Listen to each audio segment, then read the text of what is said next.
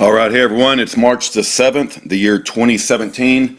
As I get time, I'm going to read these letters from Schuyler Barbeau into YouTube. And if I'm going to take the time to read them, I might as well turn on a recorder. So this letter is letter number 2. It's on Outpost of Freedom by Gary Hunt. So thank God for Gary Hunt, who acquired these letters and put them on the internet. The title of this letter is Response to Ryan Payne, October the 10th, 2016. Now, my wife has been keeping up with this Bundy situation much more so than me, so I don't even know who Ryan Payne is. So I'm going to jump to another article that is from opb.org, and it's called Refuge Occupier Ryan Payne Explains Why He Wants to Reverse the Guilty Plea. And I'll put both links that talks about Ryan Payne and the letter from prison from Schuyler Barbeau in the description and the comment section. But I want to read the first 3 paragraphs about Ryan Payne, so we can understand a little bit who Ryan Payne is before I read Schuyler Barbeau's letter. Ryan Payne was considered one of the leaders of the occupation, pleaded guilty to a federal conspiracy charge on Tuesday, July the 19th. The article about Ryan Payne goes on to say, when Ryan Payne took a plea deal in July in the case against the occupiers of the Malheur, I can't pronounce that word, Malheur National Wildlife Refuge, it was an important win for the prosecution. Payne was considered one of the strategic leaders of the 41-day occupation. But earlier this month, Payne asked the court to reverse his plea from guilty to not guilty. Payne, 33, is an electrician and Army veteran from Anaconda, Montana, who has been characterized as a tactical leader in the occupation.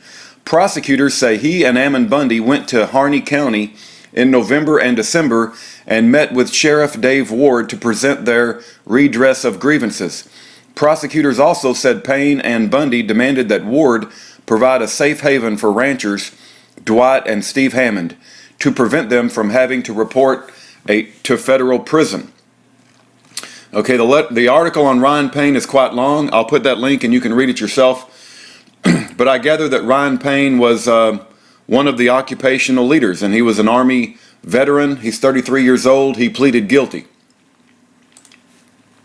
All right, now this is Schuyler Barbeau, who's currently sitting in prison for over a year, hasn't even been to trial yet, which goes completely against the constitutional right to a fair and speedy trial. But Schuyler Barbeau's letter is titled Barbeau, A Voice from Prison, Response to Ryan Payne, written on October the 10th, 2016. This is an open letter. To those patriots, their families, anyone affected by or involved with the indictment against Cliven Bundy and 18 others, the government, FBI, federal prosecutors, and anyone else concerned with this case. This letter is my concurrence with an open letter written and published by Ryan Payne. I, Schuyler P. Barbeau, was present before, during, and after the standoff event that took place in Bunkerville, Nevada, near Cliven Bundy's ranch on April the 12th, 2014. I arrived at noon on Friday the 11th and was invited to be a member of the personal security detail that evening. I then remained a member of the personal security detail for 7 days. Ryan Payne made 5 statements in his letter that he made speculative. Ryan Payne made 5 statements in his letter that he made speculative, inaccurate, and or fabricated statements before, during, and after the standoff. Number 1. There were outcomes that I discussed with Mr. Bundy on the morning of April the 8th, 2014 upon first meeting him, which were desirable to him and his family. These were disseminated through the conventional and alternative media outlets in the belief that those who may decide to protest against the sheriff's apparent lack of involvement and or against the brutal and militarized actions of the Bureau of Land Management, BLM, this would give them more information to aid in making decisions for themselves and their actions. There was never a plan to accomplish these objectives. in any way, shape, or form, nor was there any intent to support any such plan by myself, the Bundys, or anyone else. As there was presumed to be a large protest on April the 12th, I discussed with numerous individuals some particular things to be watchful for amongst the crowd, for the safety of all involved, including law enforcement and federal employees. However, none of these discussions concerned a plan to achieve any objectives. This is true to my knowledge. I, Schuyler P. Barbeau, concur with Ryan Payne's first statement, that it is true to my knowledge. Number 2.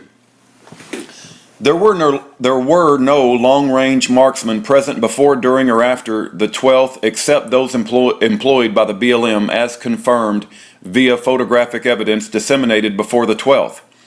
There were no counter-sniper teams or positions, nor was there any such plan for such. There were no qualified individuals or teams present to perform such a task, even if there had been a plan for it. Again, there was no such plan, and no orders were given in relation to such positions or teams, nor could there have been orders given, as there was no command authority. This is true to my knowledge. I, Schuyler P. Barbeau, concur with Ryan Payne's second statement, that it is true to my knowledge. Number 3. There was no tactical superiority, any intent to achieve tactical superiority, and there was no plan concerning achieving tactical superiority at any time before, during, or after the 12th, relating to the events which took place in and around Bunkerville, Nevada.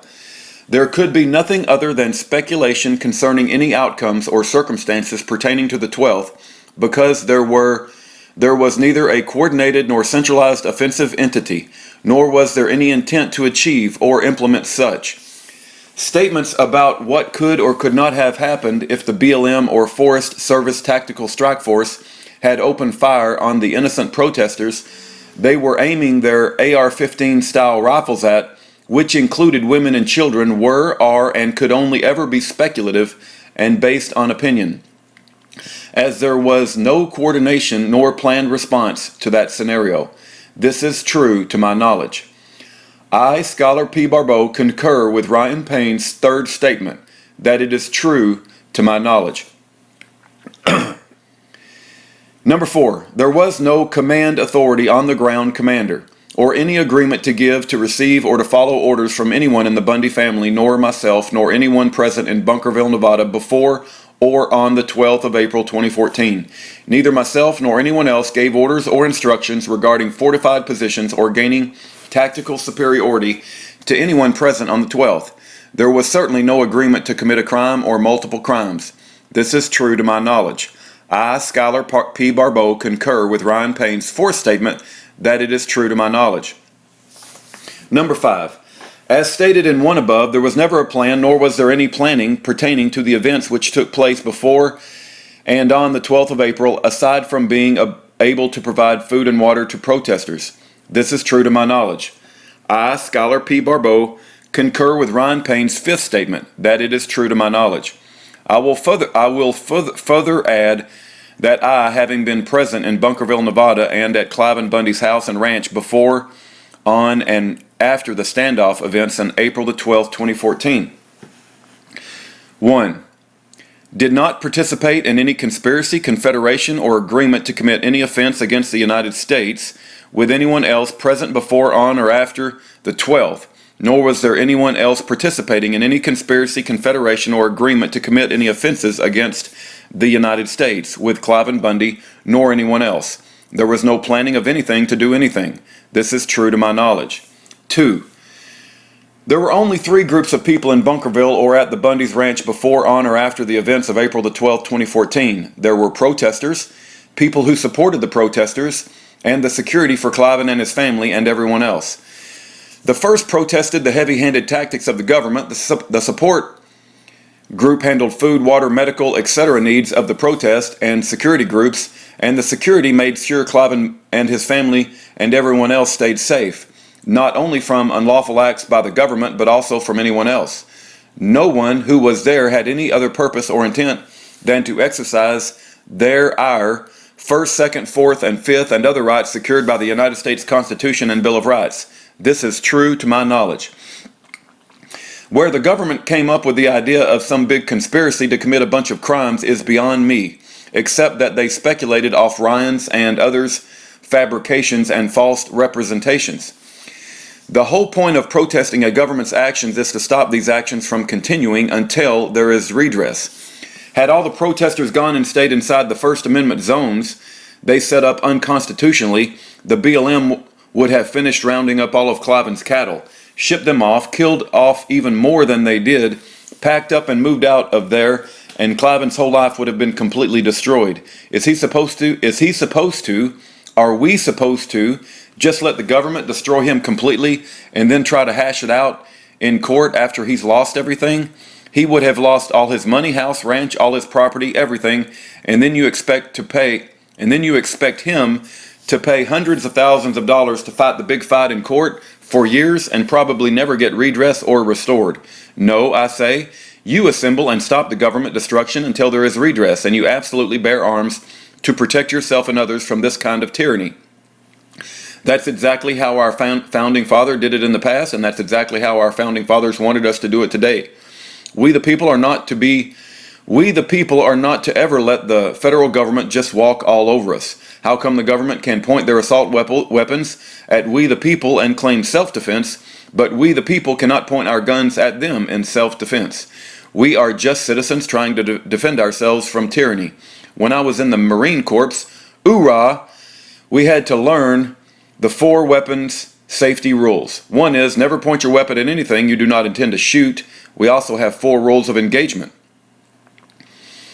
Basically, we didn't point our weapons at anybody unless they are an enemy combatant who has a weapon and is using it or intends to use it against us. Our law enforcement is trained the same way and learns the 4 weapon safety rules. Does that mean that at the Bundy Ranch standoff, the BLM, Forest Service, and whoever else was pointing their weapons at us were intending to shoot us? Were we citizens enemy combatants to them? We were there to exercise our rights as citizens and people of this land. It seems that they had a conspiracy, confederation, and agreement to kill enemy combatants. Sincerely, your defender, Schuyler P. Barbeau. All right, that's letter number 2 from Outpost of Freedom. I think it's managed by Gary Hunt. And I'll get this up on YouTube, and God bless every one of you. Continue to pray for our prisoners and write to Schuyler Barbeau. Let him know you haven't forgot about him. God bless.